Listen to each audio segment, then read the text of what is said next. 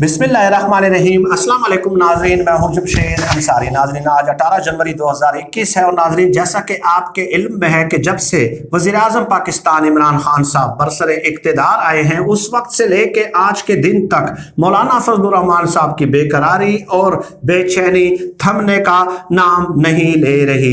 नाजरीन मौलाना फजलुर रहमान साहब अमलन अपने बयानात के जरिए इस रियासत पाकिस्तान से बगावत का ऐलान कर चुके हैं। गुज़श्ता 3 माह में मौलाना फजलुर रहमान साहब के दर्जनों वीडियो और ऑडियो क्लिप्स मैं आप लोगों की खिदमत में इसी यूट्यूब चैनल पे मुख्तलिफ वीडियोस में पेश कर चुका हूं और जिसके सुनने के बाद कतई तौर पे कोई शायबा बाकी नहीं रह जाता कि मौलाना फजलुर रहमान साहब अपनी एक वजारत के हुसूल के लिए किसी भी हद तक तजल्लुल की हद तक जाने को तैयार हैं। नाजरीन दूसरी तरफ आपने ये भी देखा कि अपोजिशन की तमाम सियासी जमातें यकजा होके भी आज के दिन तक वज़ीर-ए-आज़म पाकिस्तान इमरान खान साहब की ज़ात पे बराह रास्त कोई करप्शन का इल्ज़ाम लगाने से माजूर नजर आती हैं। नाज़रीन मौलाना फजलुर रहमान साहब का एक वीडियो बयान सामने आया है, एक तकरीर सामने आई है जिसमें मौलाना फजलुर रहमान साहब खुद नवाज शरीफ के,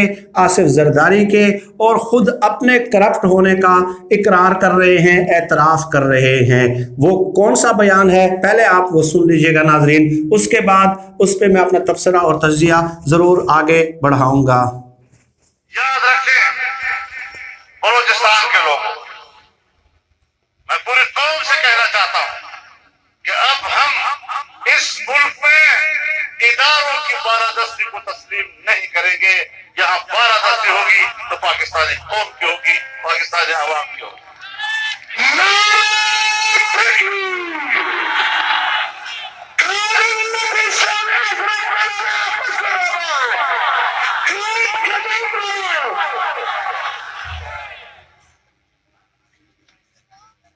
मेरे मोहतरम दोस्तों,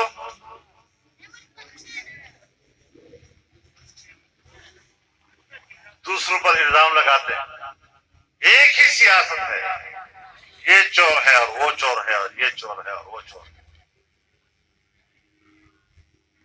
ऐसी हुकूमत आई कि लोग अब दोबारा उन चोरों को लिए कहते हैं वापस लाओ ताकि हमें शाम को रोटी तो मिले। और अपनी चोरियां नाजरीन मौलाना फजलुर रहमान साहब कह रहे हैं कि आज के बाद हम इदारों की बालादस्ती तस्लीम नहीं करेंगे, ठीक है, यानी सिर्फ आवाम की बालादस्ती होगी। ये नारा 2017-2018 में नवाज शरीफ ने भी लगाया था कि अवामी फैसले जो होते हैं वो मुकद्दम होते हैं। उसके बाद आगे जाके मौलाना फजलुर रहमान साहब क्या कह रहे हैं कि अवाम भी आज कह रही है कि इन चोरों को वापस लाएं ताकि हमें 2 वक्त की रोटी मिल सके। यानी मौलाना फजलुर रहमान साहब एक तरफ तो ये कह रहे हैं कि इदारों की बालादस्ती नहीं होगी, अब अवाम की बालादस्ती होगी, और दूसरी तरफ अपने बयान में वो ये कह रहे हैं कि अवाम कह रही है कि उन चोरों को वापस लाया जाए, ठीक है। तो अवामी फैसला आपकी नजरों में अगर मुकद्दम है तो आप खुद ही कह रहे हैं कि अवाम का ये मुतालबा है कि उन चोरों को वापस लाया जाए, यानी नवाज शरीफ को और आसिफ जरदारी को। डेफिनेटली जब वो इख्तिदार में आएंगे तो आपको भी हिस्सा बकदरे जुस्सा मिलता रहेगा। नाजरीन ये सच जो है वो अल्लाह पाक जो है जबान पे कभी ना कभी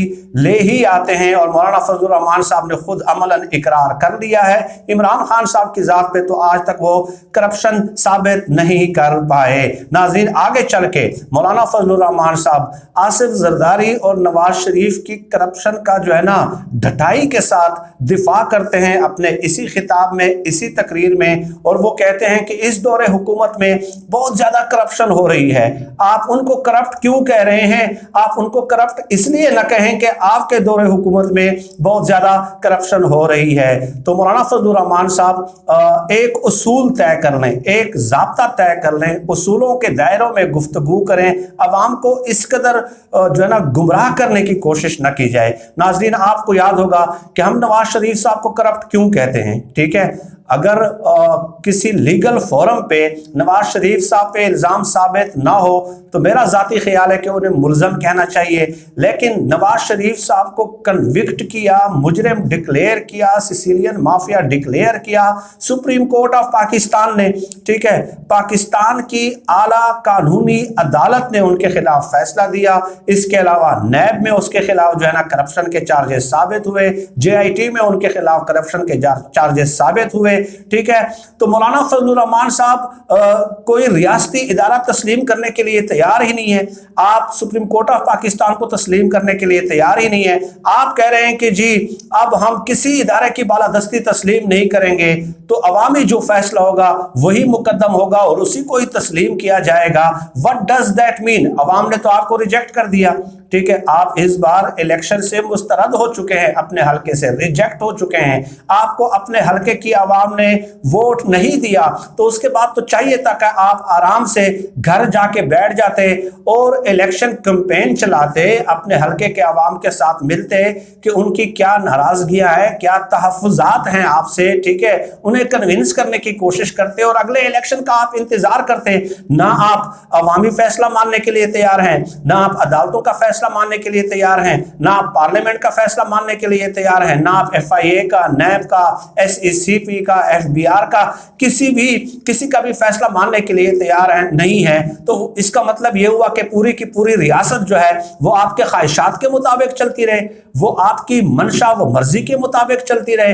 ठीक है, रियासत को आपके ताबे कर दिया जाए। और नाज़रीन ये भी बता दूं कि मौलाना फजलुर रहमान साहब ने अपनी एक तकरीर में यह भी कहा था कि रियासत का तसव्वुर जो है वो मेरी शमूलियत के बगैर, मेरे वजूद के बगैर जो है वो नामुकम्मल है।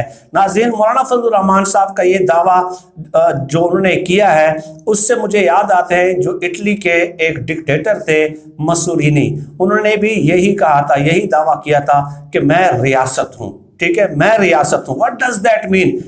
मसूलिनी का मकसद ये था कि कोई रियासती इदारा मुझसे बास-पुर्स नहीं कर सकता, सवाल और जवाब नहीं कर सकता, मेरे करप्शन के हवाले से, मेरे गलत इकदामात के हवाले से कोई मुझसे बास-पुर्स नहीं कर सकता। ठीक है, मैं रियासत हूँ, इसी का मतलब ही यही था।